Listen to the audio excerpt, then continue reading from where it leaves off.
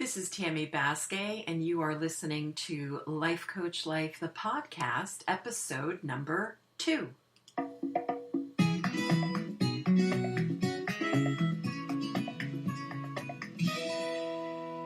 Hey, how fun! This is becoming a thing, episode number 2. Thanks for listening. Today we're going to talk about social invitations and the ones that you really don't want to go to. So first I want to say the name Gary Janetti. He's a writer and has a big following on Instagram, and I think he's my doppelganger when it comes to socializing sometimes. He posts things like, I was just invited to a barbecue. I'm not ready for this. And I wish there was a drug that gave you the same high you get when someone cancels plans. He's quite funny and says whatever he wants, which is nice, really.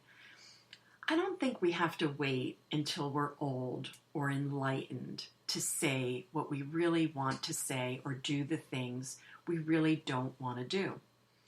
Keeping in mind, of course, that we're all kind and friendly people. We have manners, we have empathy, but it can be difficult to say no to any invite when your reason boils down to, I just don't want to, because a lot of us don't think of that as a valid excuse. And that's just cuckoo. Not wanting to do something is a perfectly good reason to not do it. I don't know about you, but I certainly don't want to live in a world where anyone that lacks the right excuse is expected to participate in activities that other people think are important. You know what? Their own needs, their desires, hell with it. Which is why I feel so strongly that we all need to give ourselves permission to say no to this type of request more often.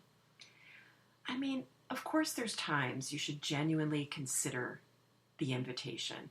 Even the most introverted among us would agree that when the person is a close friend or a relative who's inviting you to something that means a lot to them, you really should consider it a little strongly.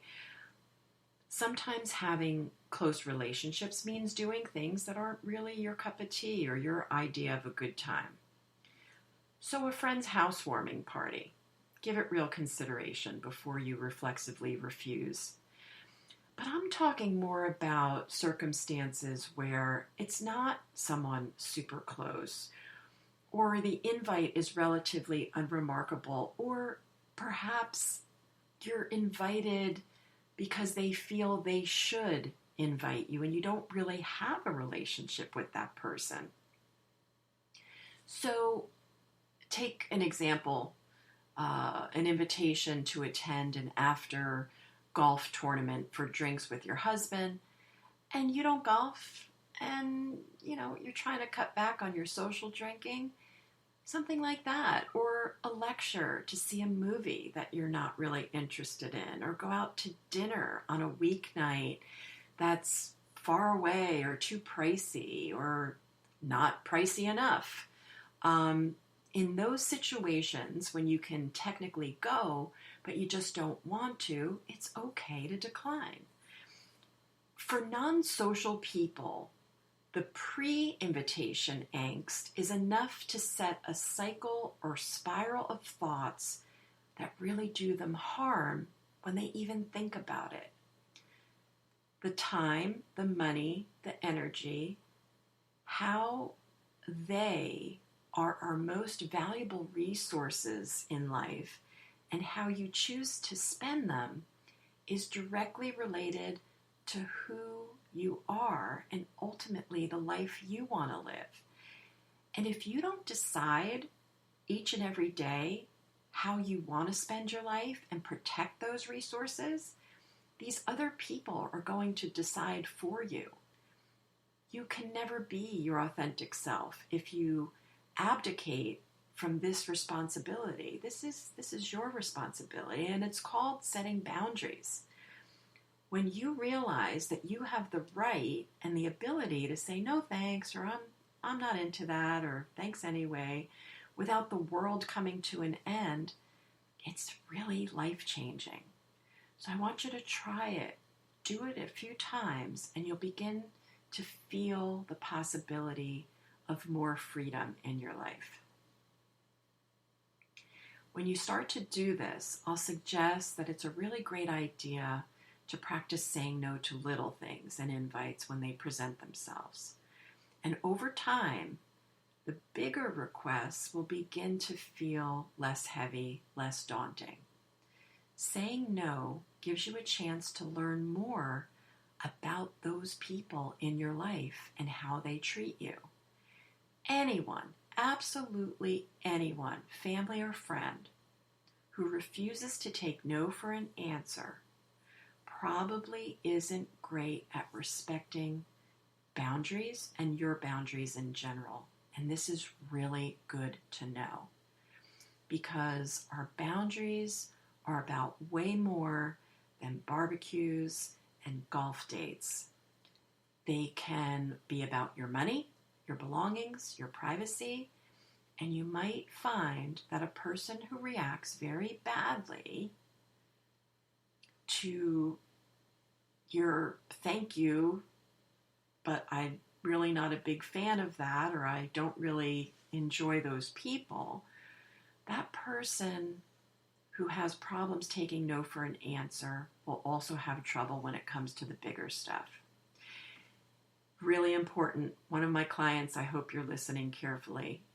If your people guilt trip you and pressure you to do something or otherwise not let you say no, that is a them problem.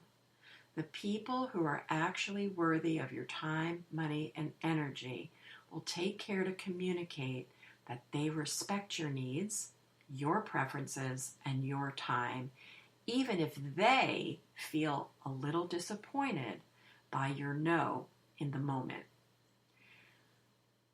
Refusing an invitation early on also allows you to avoid the scenario in which you dread the event for weeks and ultimately cancel at the last minute. I have a lot of thoughts on canceling plans, but I think we can all agree that dreading an event for weeks before is a bummer. It's emotionally draining than just simply saying no in the first place. And being canceled on at the last minute, it's pretty crummy for them too. It's a lose-lose. It's also frustrating hanging out with a person who doesn't actually want to be there. If my options when inviting someone is to either be momentarily disappointed before finding someone, a friend that wants to go, who will enjoy the activity, or spend my time hanging out with someone who doesn't want to be there and perhaps secretly or outwardly resents me for it, I'm going to choose the former every time. Agreeing to do something you really don't want to do isn't necessarily kind. It can be kind of selfish.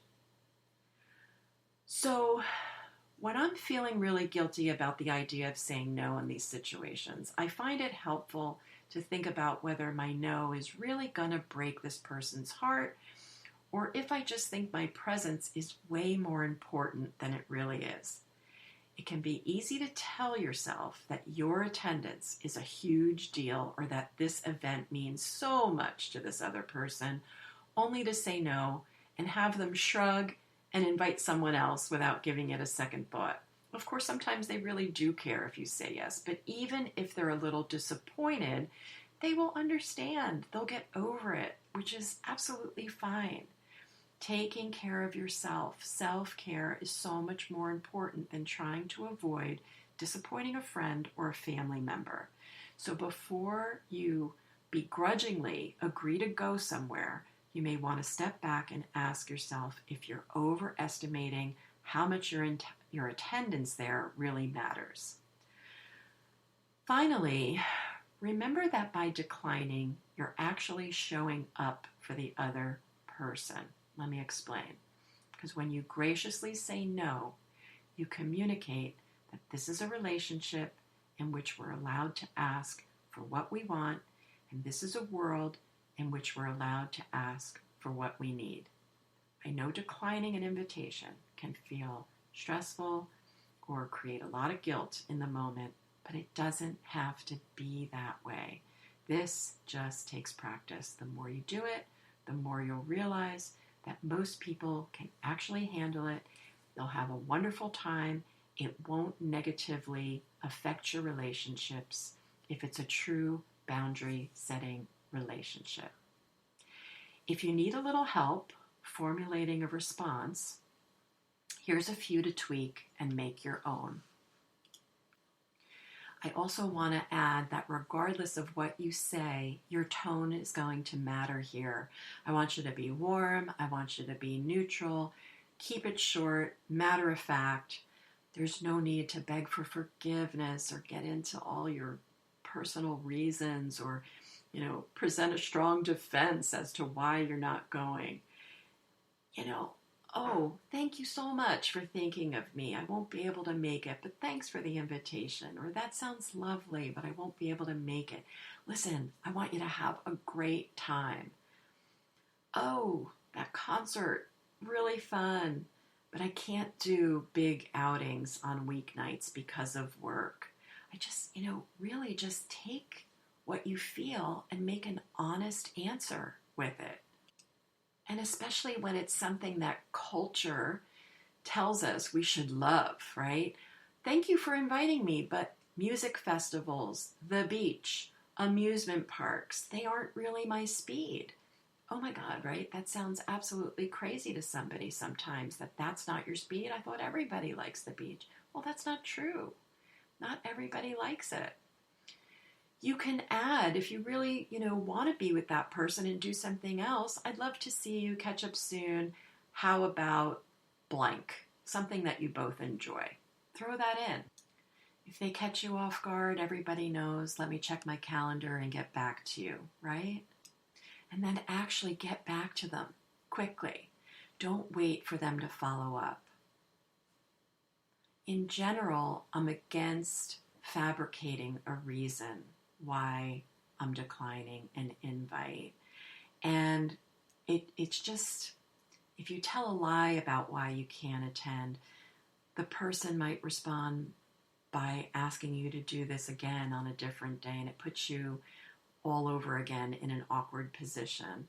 Or they might assume that you actually do love the thing that they're asking you to do and kind of be put on a list for future events.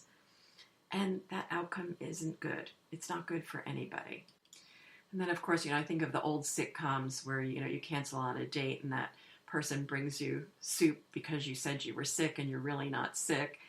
They're going to feel worse, right? If you lie and they found out that you lie, they're just going to feel worse. And that's not the ultimate goal here. You simply just want to be honest about the reason you can't make it. To transfer the feeling that, of course, you like them, but you don't like the thing that they're doing. The honest response tells them that you trust them enough to be authentic with them and open with them, and you care about them enough to build a relationship where you feel seen and you feel known in the relationship. But also, it's not always that deep, right? It's literally okay to just say no. And of course, it goes both ways. If we want to be allowed to say no, we have to be willing to have that option with others. So if someone declines your invitation, it's okay. It doesn't mean they don't like you or that they don't want to be your friend. If someone always declines your invitations and you do start to suspect that they really don't want to be your friend, that's another matter. It might mean they don't want to be your friend, which is disappointing, but that's okay too. Because you don't want to be friends with people who don't want to be friends with you or who don't share in the same interests as you. And again, if you feel bummed out that someone said no thank you to you, remind yourself that declining an invite can leave that other person feeling vulnerable. It requires courage. So they must feel pretty strongly about this no.